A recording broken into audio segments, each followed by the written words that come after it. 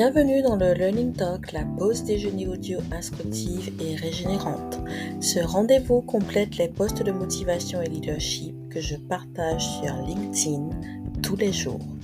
Le Learning Talk, c'est des clés actionnables pour accélérer croissance professionnelle et personnelle en libérant son leadership d'impact.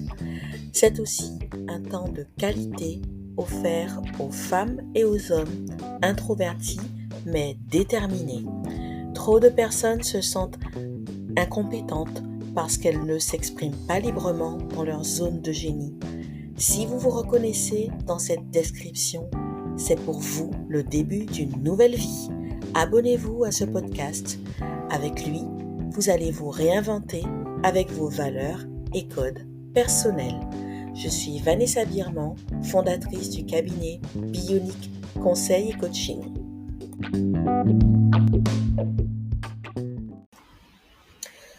Bonjour à toutes et à tous, je suis heureuse de vous retrouver pour ce 3e épisode du Learning Talk, le podcast au cœur de l'été. Traditionnellement, été rime avec vacances et vacances avec séjour. Pour cause, quel que soit notre niveau de responsabilité dans la sphère professionnelle, le besoin de ressourcement et d'évasion se fait sentir chez tous les membres de la famille, y compris les enfants, quand vient la période estivale. Pourtant, nous sommes nombreux à culpabiliser. La charge mentale est à son comble, avec les questions du type « Qui va assurer notre backup au bureau ? Qui va développer notre chiffre d'affaires à notre place ?» C'est pour cette raison que j'ai décidé de vous parler aujourd'hui de la manière de profiter de ces vacances quand on a d'importantes responsabilités professionnelles.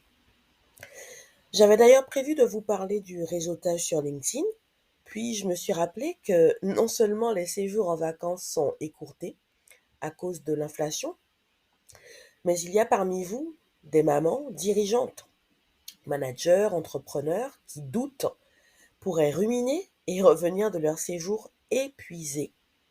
Et oui, il y a en chaque maman une guerrière toujours mobilisée qui peut avoir du mal à lâcher prise et se détendre, même sur le sable blanc et chaud d'une plage paradisiaque. Rappelez-vous que le repos est essentiel et amène clarté et efficacité. Voyons maintenant 4 stratégies anti-stress pour profiter de votre congé estival. Première stratégie, anticiper la préparation du départ en congé pour avoir l'esprit libre. Cela revient à identifier les 20% de tâches, vraiment les tâches incompressibles, qui permettent d'atteindre les 80% du résultat escompté.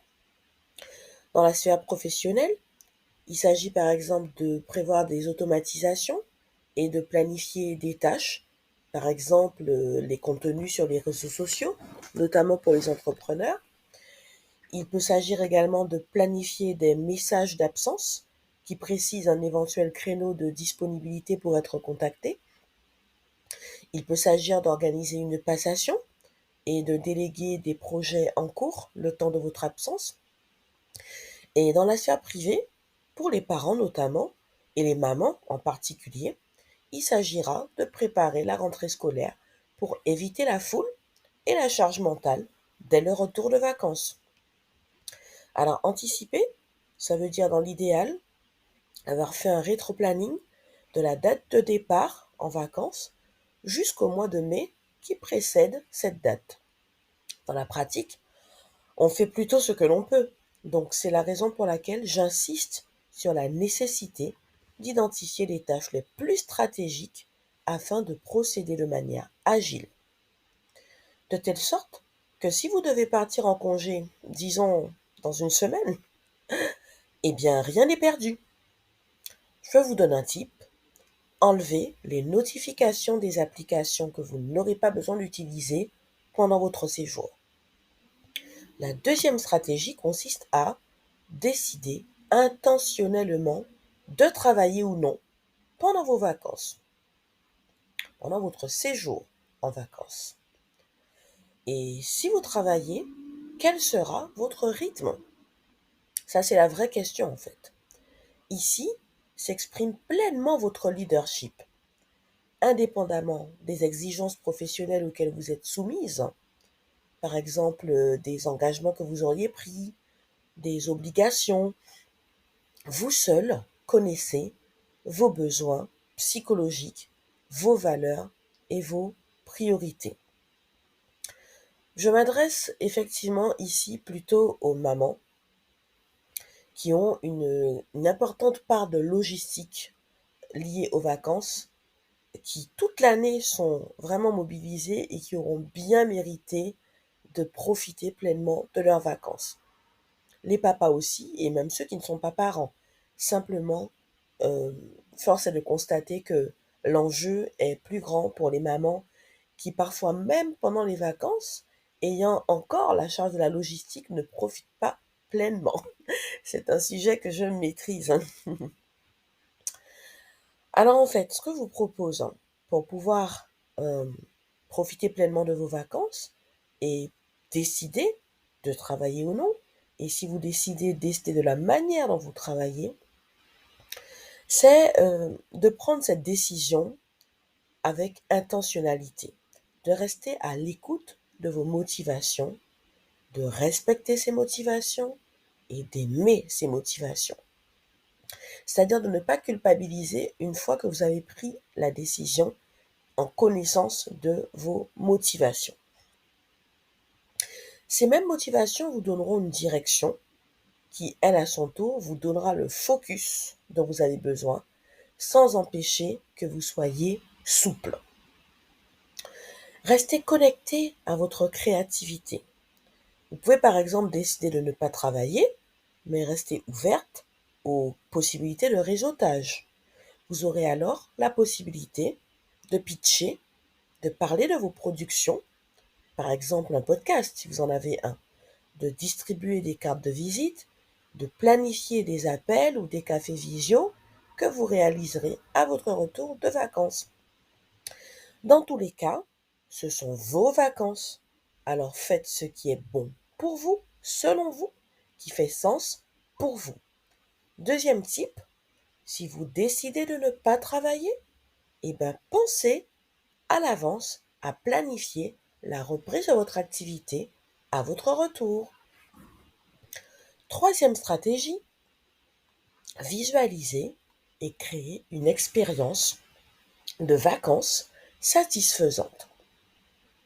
La question, c'est, la démarche consiste en fait à savoir, à vous demander ce que vous voulez pour vous pendant ces vacances et à le visualiser afin de créer cette expérience.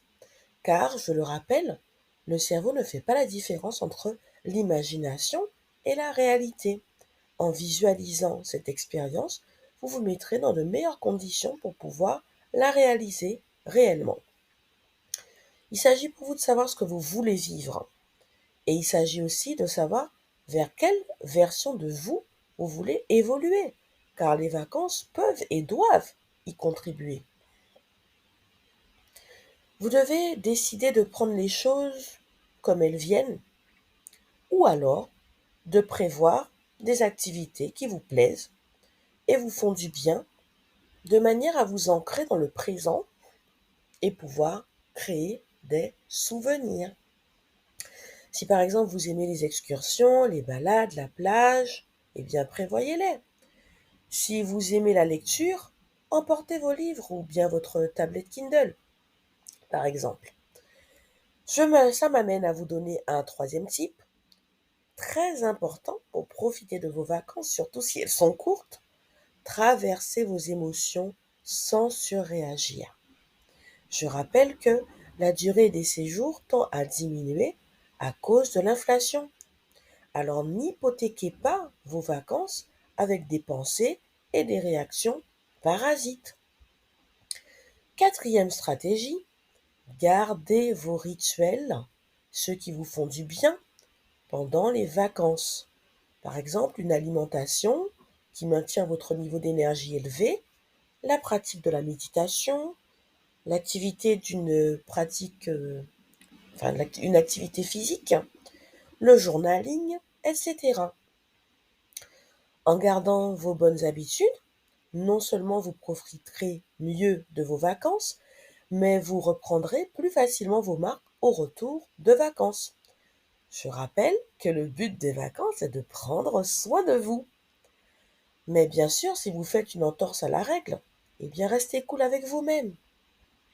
5e et dernière stratégie, faites entrer la fantaisie dans votre vie. Cessez d'être sérieux H24. Vous êtes en vacances. Alors, dites-moi, quelle stratégie vous parle le plus? Si vous n'êtes pas encore parti en congé, laquelle prévoyez-vous d'utiliser en priorité? Voici pour rappel les 5 points. Première stratégie, anticiper la préparation de son départ en congé pour avoir l'esprit libre. Deuxième stratégie, décider intentionnellement de travailler ou non. Troisième stratégie, visualiser et créer une expérience satisfaisante.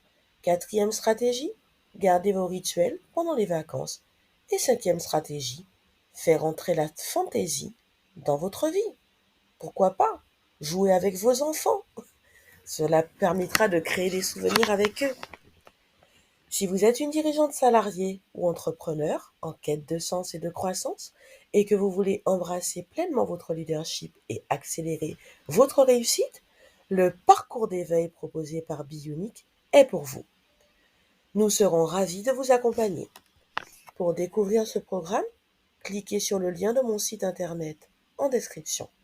Et pour me contacter, cliquez sur l'onglet Contact sur la page d'accueil ou rejoignez-moi dans la messagerie privée sur LinkedIn.